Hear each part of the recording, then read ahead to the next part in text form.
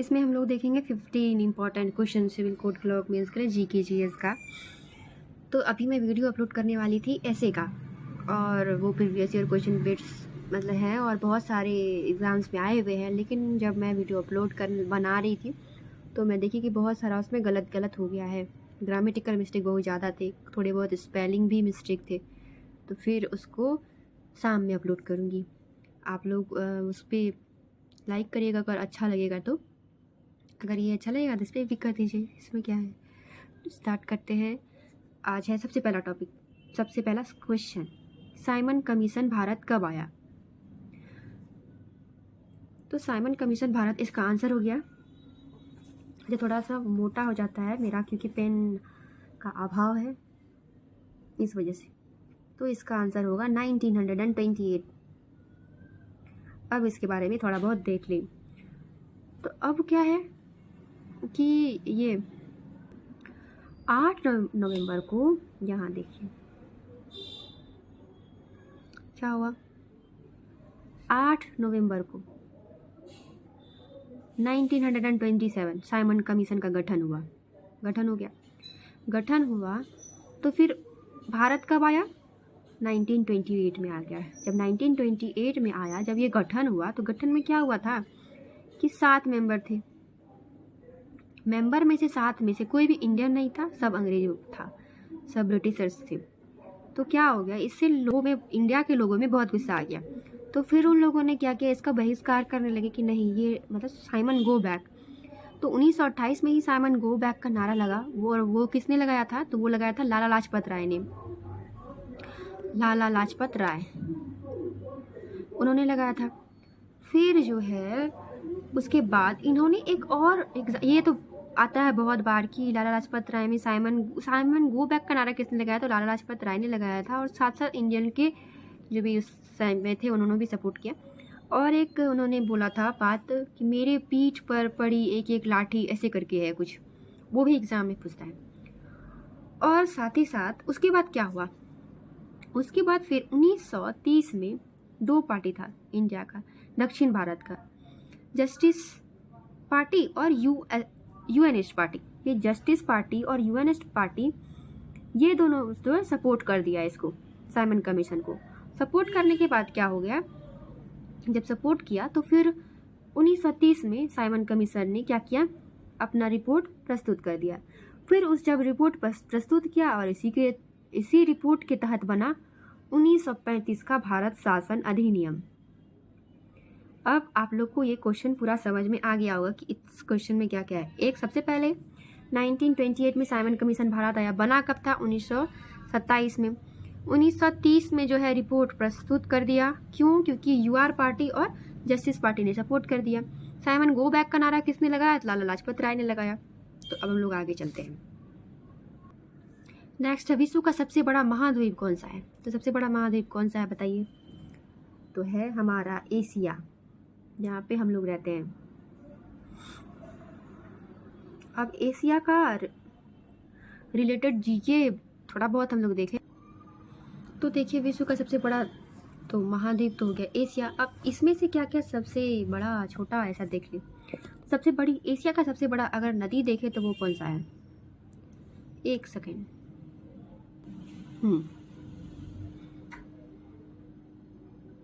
तो इसमें से एशिया का सबसे बड़ा नदी देखे तो वो है, क्या नाम है जी, यांग, सॉरी थोड़ा राइटिंग खराब हो गया, यांग ताजी ऐसे कुछ नाम है, यांग ताजी ऐसे याद रखिएगा। ये चीन का है। सबसे बड़ी झील, सीधा में झील लिखो,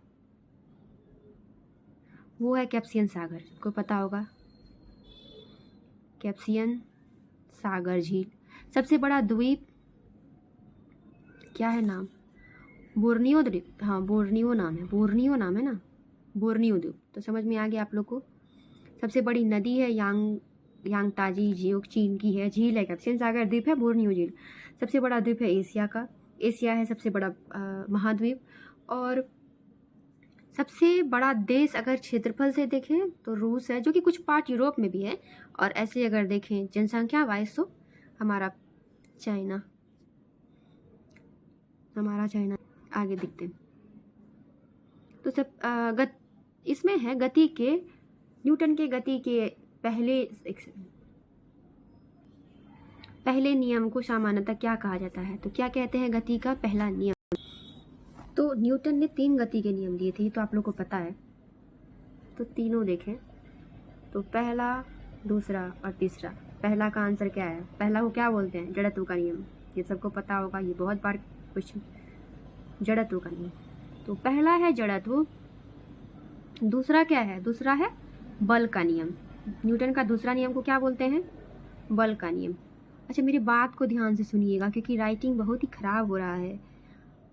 तो और थर्ड होता है एक्शन रिएक्शन। समझ में आ गया होगा। अब आगे चलते हैं। तो बोला जा रहा है इंसानों में रक्त का कौन सा घटक ऑक्सीजन का परिवहन करता है? तो क्या करता है? कौन सा? हीमोग्लोबिन करता है ना, रेड ब्लड सेल। तो ये हीमोग्लोबिन से होता है,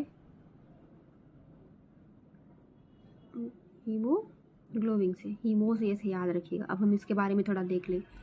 तो ये जो होता है, एक होता है आरबीसी, एक होता है डब्ल्यूबीसी और एक होता है प्लेटलेट्स। आरबीसी को क्या बोलते हैं हम लोग?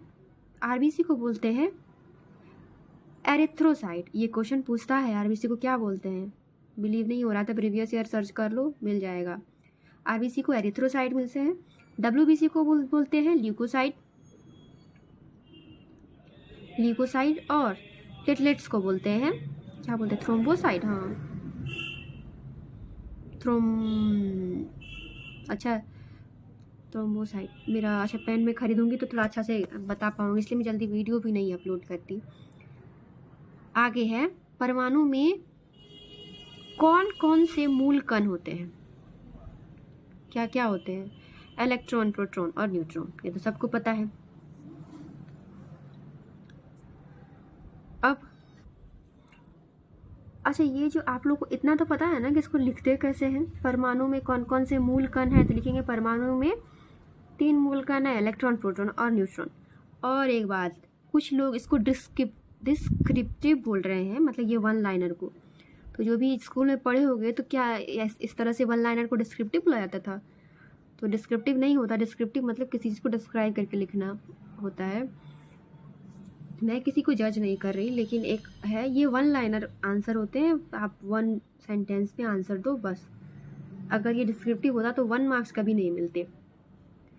तो आगे हम लोग देखते हैं कि परमाणु में कौन कौन से होते हैं, इलेक्ट्रॉन, प्रोटॉन, न्यूट्रॉन। तो अब इलेक्ट्रॉन की खोज जो है किसने की?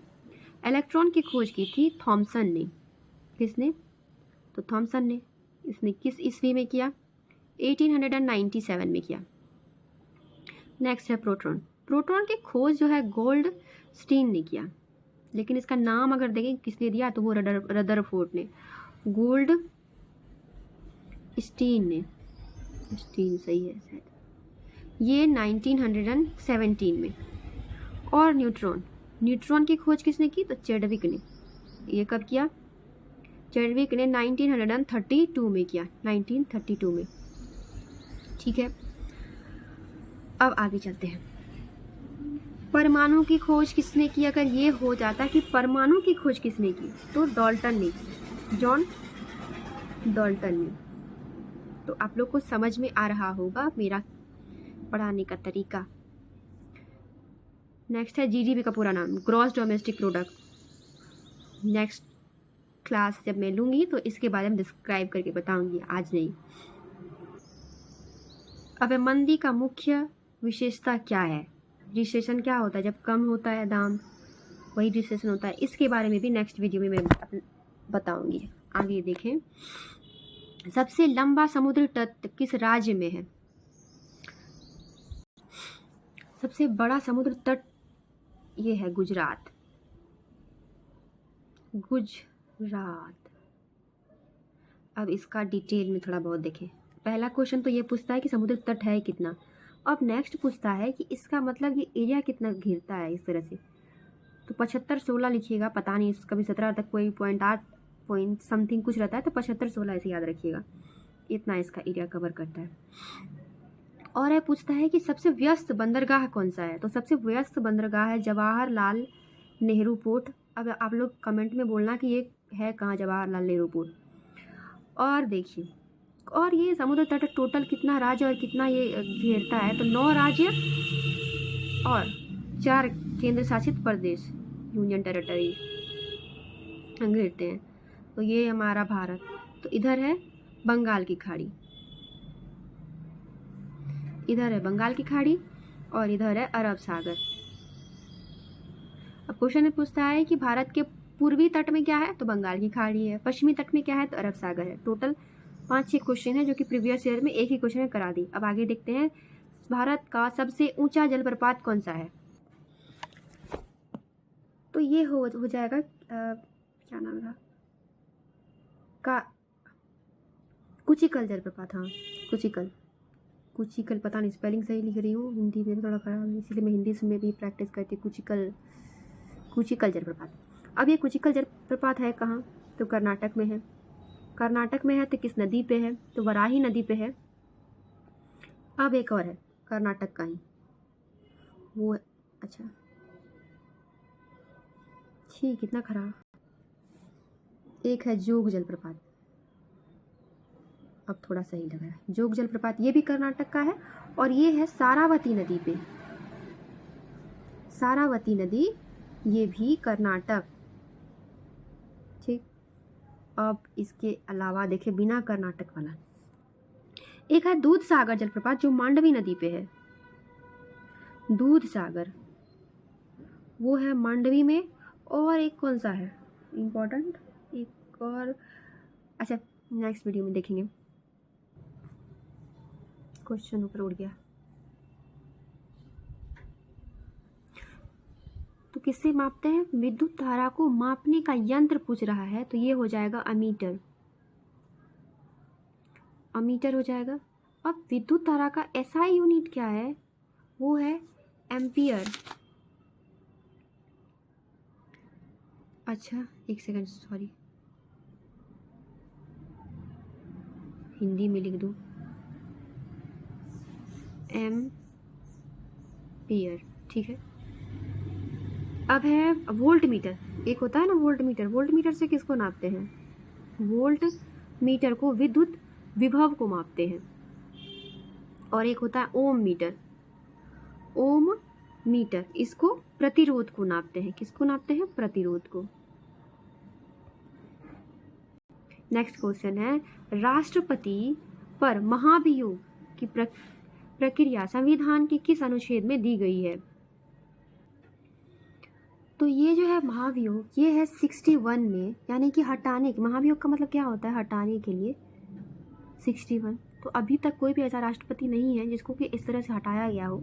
मतलब ऐसे हम लोग जनरल भाषा में समझे तो मतलब बेइज्जती करके हटाना, मतलब उस पर कमेटी बैठेगा 2/3 किसको ऐसे करके रूल होता है, वो मैं दूसरे वीडियो में बताऊंगी। तो अब मैं देखती हूँ कि इम्पोर्टेंट, तो सबसे पहले कि भारत का राष्ट्रपति है, ये क्वेश्चन पूछता है कि किस अनुच्छेद में है। तो 52 में ऐसा कहा गया है कि भारत का राष्ट्रपति के बारे में।